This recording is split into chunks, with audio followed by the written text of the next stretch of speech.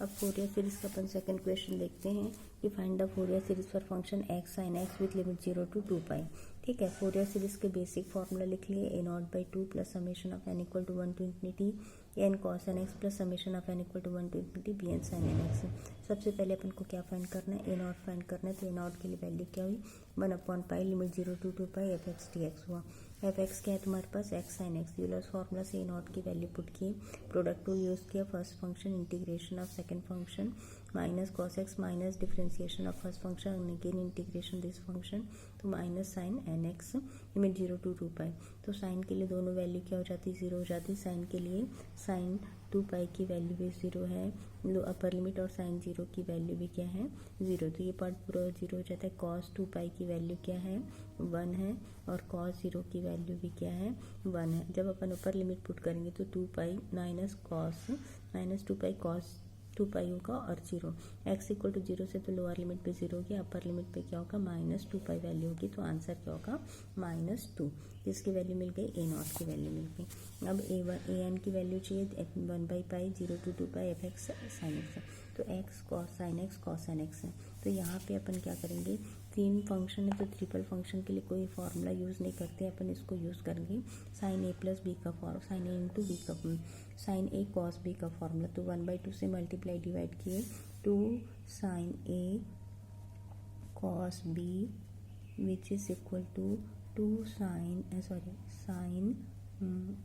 A plus B plus sine A minus B का formula use करेंगे, A plus B A minus B का। तो ये हो जाएगा x sine 1 plus n x plus sine 1 minus n x D x. X sine का integration होता है, प्रोडक्ट रूल यूज़ करेंगे, first function integration of second function से minus cos 1 plus n x by 1 plus n minus cos 1 minus n x by n 1 minus x minus product rule से differentiation of x1 हो गया, minus फिर से इस part का integration करेंगे, cos का integration sine 1 plus n x by 1 plus n square minus cos 1 minus n x upon 1 minus n का स्क्वायर लिमिट 0 to 2 पाई। अब साइन वाले जितने भी टर्म है वो क्या हो जाएंगे, 0, क्योंकि साइन एन 2n पाई की वैल्यू 0 होती है, साइन 1 प्लस एन 2 पाई की वैल्यू भी क्या होगी, 0 होगी, और साइन 0 की वैल्यू भी क्या होती है, 0 होती है। जब लिमिट 0 to 2 पाई होगा तो साइन वाले पूरे टर्म क्या हो जाएंगे, 0 हो जाएंगे। अब लोअर लिमिट में देखना, यहाँ पे x है तो लोअर लिमिट पे 0 है, तो ये पूरा टर्म लोअर लिमिट के लिए क्या हो जाएगा, 0 हो जाएगा। अब अपर लिमिट पे देखना है, अपर लिमिट पे x की वैल्यू क्या है, 2 पाई, तो ये 2 पाई क्या हो जाएगा, कैंसिल आउट हो जाएगा। Minus cos 2n pi n plus n minus cos 2n 1 minus n. अब यहाँ पे हमेशा याद रखना, कॉस 2n पाई हो या फिर कॉस 2n माइनस 1 2 पाई हो, सबके लिए वैल्यू क्या होती है, 1 होती है। 2 पाई वाले फॉर्म में जब भी वैल्यू आएगी 1 होगी। यहाँ पे वैल्यू हो जाएगी -1/1 plus n minus 1/1 minus n. Simplify करेंगे, -1 minus n minus 1 plus n, simplify करने से -2/1 माइनस एन स्क्वायर ये वैल्यू हो जाएगी। अब यहाँ पे देखना, क्योंकि डिनोमिनेटर पे एन स्क्वायर है, 1 माइनस एन स्क्वायर है, मतलब ये जो सीरीज डिफाइंड होगी वो n is not equal to 1 पे होगी, क्योंकि एन इक्वल टू 1 पुट करने से सीरीज कहाँ से शुरू हो रही है, एन इक्वल टू 1 से शुरू हो रही है। फोरियर सीरीज में देखना, तो ये जो सीरीज बनी है वो n equal to A n का जो वैल्यू है, n is not equal to 1 के डिफाइंड हो रहे हैं, है ना, n is not equal to 1 के लिए डिफाइंड हो रहे हैं। तो अपन को A1 का भी फॉर्मूला यूज़ करना होगा। A1 के लिए फॉर्मूला क्या हो जाएगा, A1 के लिए formula n equal to 1 put करेंगे तो ये cos x हो जाएगा। तो इसका मतलब फॉर्मूला हो जाएगा 1/पाई 0 to 2 pi F x cos x D x होगा। अब एफ एक्स की वैल्यू क्या है, एक्स साइन एक्स है, 2 से मल्टीप्लाई और डिवाइड किए तो 2 साइन थीटा कॉस थीटा क्या होता है, साइन 2 थीटा हो जाता है। तो फिर से यहाँ पे अपन के पास प्रोडक्ट रूल यूज़ करेंगे, x into sine 2x first function integration of second function, तो function 1/2 pi x cos sine का integration minus cos 2x/2 differentiation of x is 1 minus cos 2x minus sine 2x by 4 limit 0 to 2 pi, sine वाला पूरा term 0, lower limit से lower value 0, upper limit से हो जाएगा 2 pi cancel, minus cos 4 पाई मतलब cos 4 पाई 1 minus 1/2, ये value होगी a1 की। अब अपन फाइंड करेंगे bn की वैल्यू। bn के लिए फिर से 1/पाई 0 to 2 pi x sine N x dx होगा। अब यहाँ पे फिर से साइन ए साइन बी का फॉर्मूला यूज़ करने के लिए 2 से मल्टीप्लाई डिवाइड करेंगे। 2 साइन ए साइन बी का फॉर्मूला यूज़ करेंगे। 2 साइन ए साइन बी के फॉर्मूले में क्या होता है, cos A minus B plus minus cos A plus B का फॉर्मूला यूज़ करते हैं अपन, है ना। इस तरीके से फॉर्मूला यूज़ करते हैं।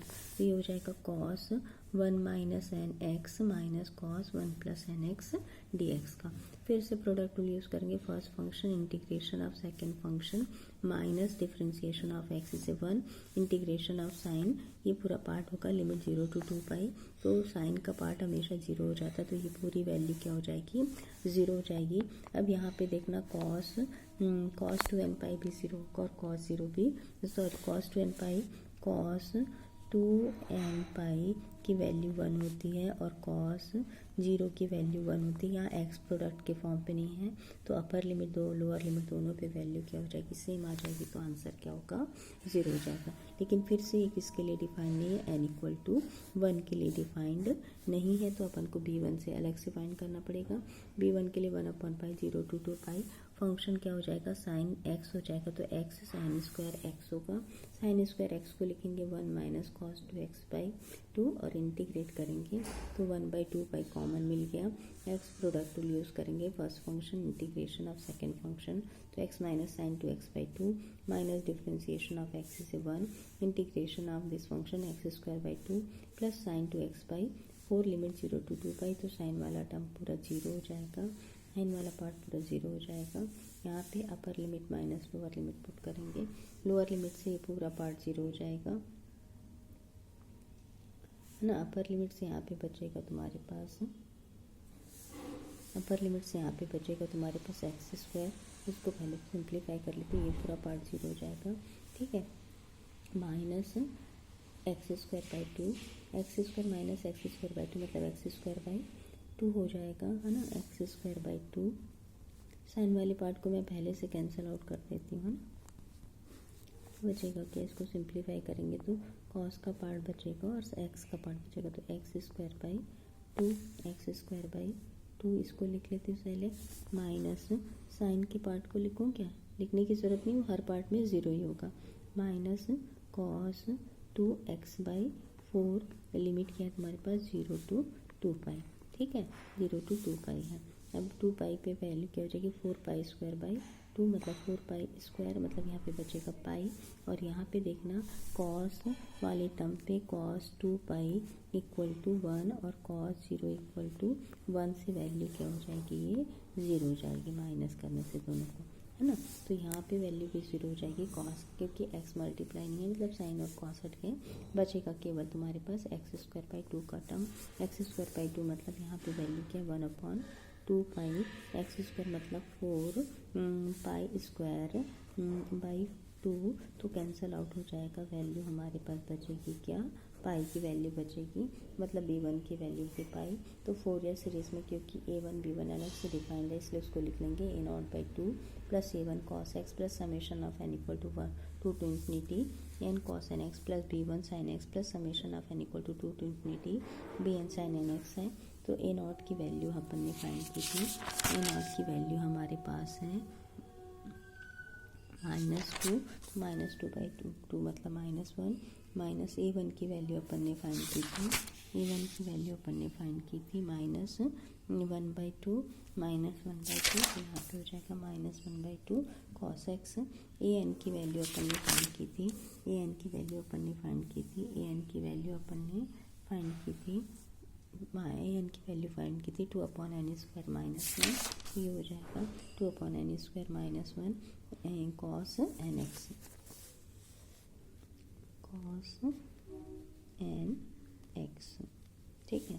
प्लस b1 की वैल्यू अपन ने फाइंड किया, b1 मतलब पाई साइन एक्स, और bn की वैल्यू अपन ने फाइंड किया, bn की वैल्यू क्या हो गई है 0। तो इस टर्म को अपन को लिखने की ज़रूरत नहीं है। तो ये हमारे पास आंसर मिलेगा -1/2 cos x plus pi sine N x plus 2/n² -1 cos n x।